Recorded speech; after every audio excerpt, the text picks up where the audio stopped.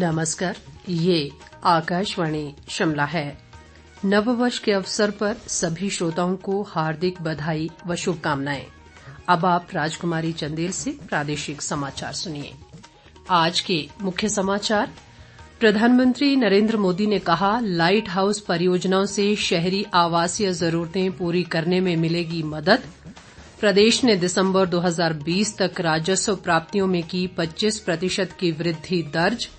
केंद्रीय वित्त राज्य मंत्री अनुराग ठाकुर ने कहा, वर्ष 2021 में आत्मनिर्भर भारत अभियान को लगेंगे पंख। और प्रदेश में शैक्षणिक सत्र 2020-21 की बोर्ड परीक्षाएं 4 मई से, शीघ्र घोषित होगी डेटशीट। कोविड-19 महामारी के खिलाफ देश एकजुट होकर लड़ रहा है। आप भी हमारे साथ सुरक्षा और बचाव के 3 आसान एहतियाती उपायों का संकल्प लें।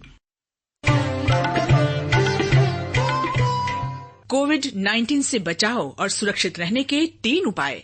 मास्क लगाएं, 2 गज दूरी है जरूरी, सुरक्षित दूरी रखें, हाथ और मुंह साफ रखें। अब समाचार विस्तार से। प्रधानमंत्री नरेंद्र मोदी ने सबके लिए घर का वायदा करते हुए कहा है कि गरीबों की मुसीबतें खत्म होने का समय आ गया है। नववर्ष के पहले दिन आज वर्चुअल माध्यम से देश के 6 राज्यों में वैश्विक आवासीय प्रौद्योगिकी चुनौती GHTC इंडिया के तहत लाइट हाउस परियोजनाओं की आधारशिला रखते हुए प्रधानमंत्री ने ये बात कही। उन्होंने कहा कि जन कल्याण के लिए लाइट हाउस परियोजनाएं बेहतरीन प्रौद्योगिकी का प्रदर्शन करेगी और इनसे शहरी आवासीय जरूरतें पूरी करने में मदद मिलेगी। देशवासियों को नव वर्ष की शुभकामनाएं देते हुए प्रधानमंत्री ने कहा कि हम सब नए उत्साह और अवसरों के साथ 2021 में प्रवेश कर रहे हैं। प्रधानमंत्री ने दोहराया कि कोरोना महामारी की वैश्विक चुनौती ने राष्ट्र को नवाचार और नई प्रौद्योगिकी अपनाने के अवसर दिए हैं। आज शुरू की गई 6 लाइट हाउस परियोजनाएं देश में आवास निर्माण क्षेत्र की नई दिशा दिखाएंगी। उन्होंने ये भी कहा कि केंद्र सरकार ने रेरा नियमों के माध्यम से रियल्टी क्षेत्र की परियोजनाओं में लोगों का भरोसा फिर कायम किया है। हिमाचल प्रदेश ने दिसंबर 2020 तक बीते वर्ष की इसी अवधि की तुलना में आबकारी व कराधान विभाग के सभी हेड्स से राजस्व प्राप्तियों में 25% की वृद्धि दर्ज की है। मुख्यमंत्री जयराम ठाकुर ने आज शिमला में ये जानकारी देते हुए कहा कि इसी अवधि के दौरान पिछले वर्ष 619 करोड़ रुपए के राजस्व के मुकाबले दिसंबर 2020 तक 722 करोड़ रुपए का राजस्व अर्जित किया गया। ये रुझान पिछले 4 महीनों से निरंतर जारी है।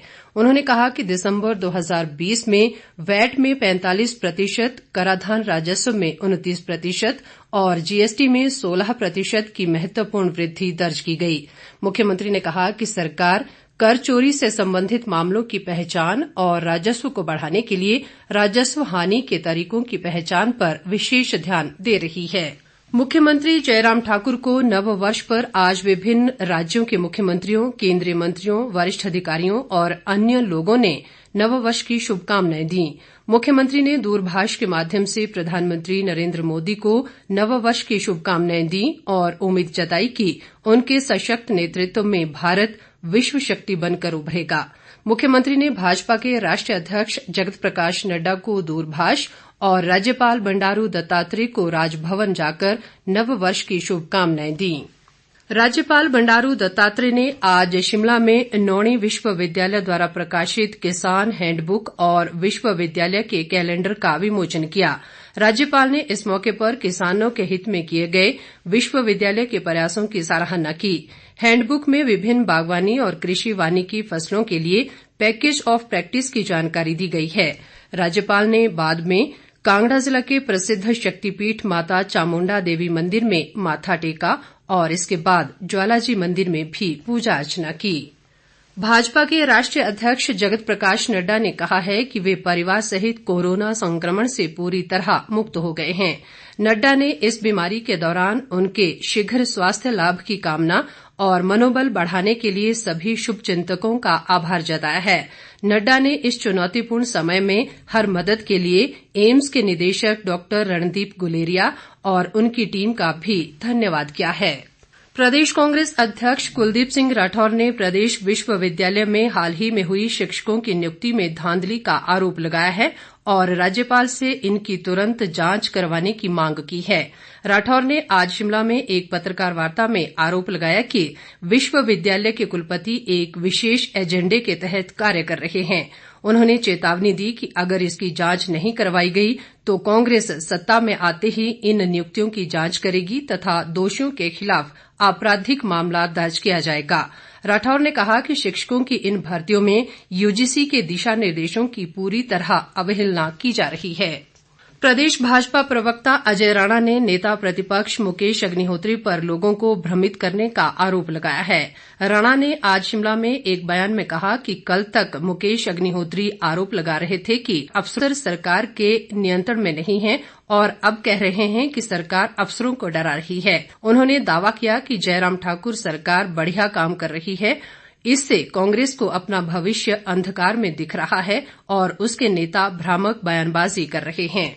केंद्रीय वित्त राज्य मंत्री अनुराग ठाकुर ने वर्ष 2020 को रिफॉर्म ईयर करार दिया है और कहा है कि वर्ष 2021 में इन सुधारों के सकारात्मक परिणाम आएंगे और आत्मनिर्भर भारत को पंख लगेंगे। उन्होंने कहा कि विकास की दृष्टि से हिमाचल देश के अग्रणी राज्यों में शुमार हो, इसके लिए केंद्र और प्रदेश सरकार ने अनेक नीतिगत निर्णय लिए हैं।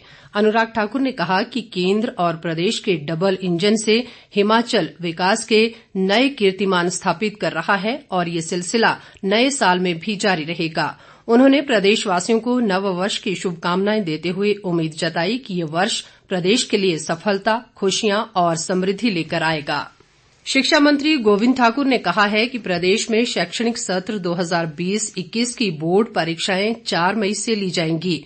उन्होंने कहा कि वैश्विक महामारी कोरोना के कारण उत्पन्न स्थितियों को ध्यान में रखते हुए प्रदेश सरकार द्वारा ये निर्णय सीबीएसई की परीक्षा तिथियों की घोषणा और पिछले दिनों प्रदेश सरकार, स्कूल शिक्षा बोर्ड, अध्यापकों और अभिभावकों के साथ हुई चर्चा के बाद लिया गया है। शिक्षा मंत्री ने कहा कि कोरोना संक्रमण को रोकने के लिए स्कूलों में सुरक्षा के पुख्ता इंतजाम किए जाएंगे। स्कूलों में भीड़ जमा न हो, इसके लिए नॉन बोर्ड कक्षाओं की परीक्षाएं 10 अप्रैल से स्कूलों द्वारा आयोजित की जाएंगी। इसी प्रकार 10वीं और 12वीं की परीक्षाएं 4 मई से आयोजित की जाएंगी। प्रैक्टिकल परीक्षाएं 15 से 30 अप्रैल के बीच आयोजित होंगी। शिक्षा मंत्री ने कहा कि बोर्ड परीक्षाओं की डेटशीट शीघ्र जारी की जाएगी। प्रदेश में कोरोना मामलों की संख्या बढ़कर 55,354 हो गई है। आज अभी तक 77 नए मामलों की पुष्टि हुई है। इनमें से सर्वाधिक 38 मामले मंडी जिला में दर्ज किए गए। इसके अलावा सोलन में 15, कांगड़ा में 13, बिलासपुर में 4, ऊना में 3, किन्नौर में 2 और चंबा व कुल्लू में 1-1 मामले की पुष्टि हुई है। इस दौरान 231 लोग स्वस्थ भी हुए हैं। राज्य में सक्रिय कोरोना मरीजों की संख्या 2461 रह गई है। अदम्य साहस के लिए सेना मेडल से अलंकृत शहीद कैप्टन मृदुल शर्मा के बलिदान दिवस पर आज उन्हें हमीरपुर में भावभीनी श्रद्धांजलि अर्पित की गई। हमीरपुर के शहीद कैप्टन मृदुल शर्मा चौक पर उनके स्मारक और प्रतिमा पर श्रद्धासुमन अर्पित करने के लिए आज सुबह से ही गणमान्य लोगों, भूतपूर्व और सेवारत सैनिकों तथा आम नागरिकों का तांता लगा रहा। अंत में मुख्य समाचार एक बार फिर। प्रधानमंत्री नरेंद्र मोदी ने कहा, लाइट हाउस परियोजनाओं से शहरी आवासीय जरूरतें पूरी करने में मिलेगी मदद। प्रदेश ने दिसंबर 2020 तक राजस्व प्राप्तियों में की 25% की वृद्धि दर्ज। केंद्रीय वित्त राज्य मंत्री अनुराग ठाकुर ने कहा, वर्ष 2021 में आत्मनिर्भर भारत अभियान को लगेंगे पंख। और प्रदेश में शैक्षणिक सत्र 2020-21 की बोर्ड परीक्षाएं 4 मई से, शीघ्र घोषित होगी डेटशीट। इसके साथ ही ये समाचार बुलेटिन समाप्त हुआ। नमस्कार।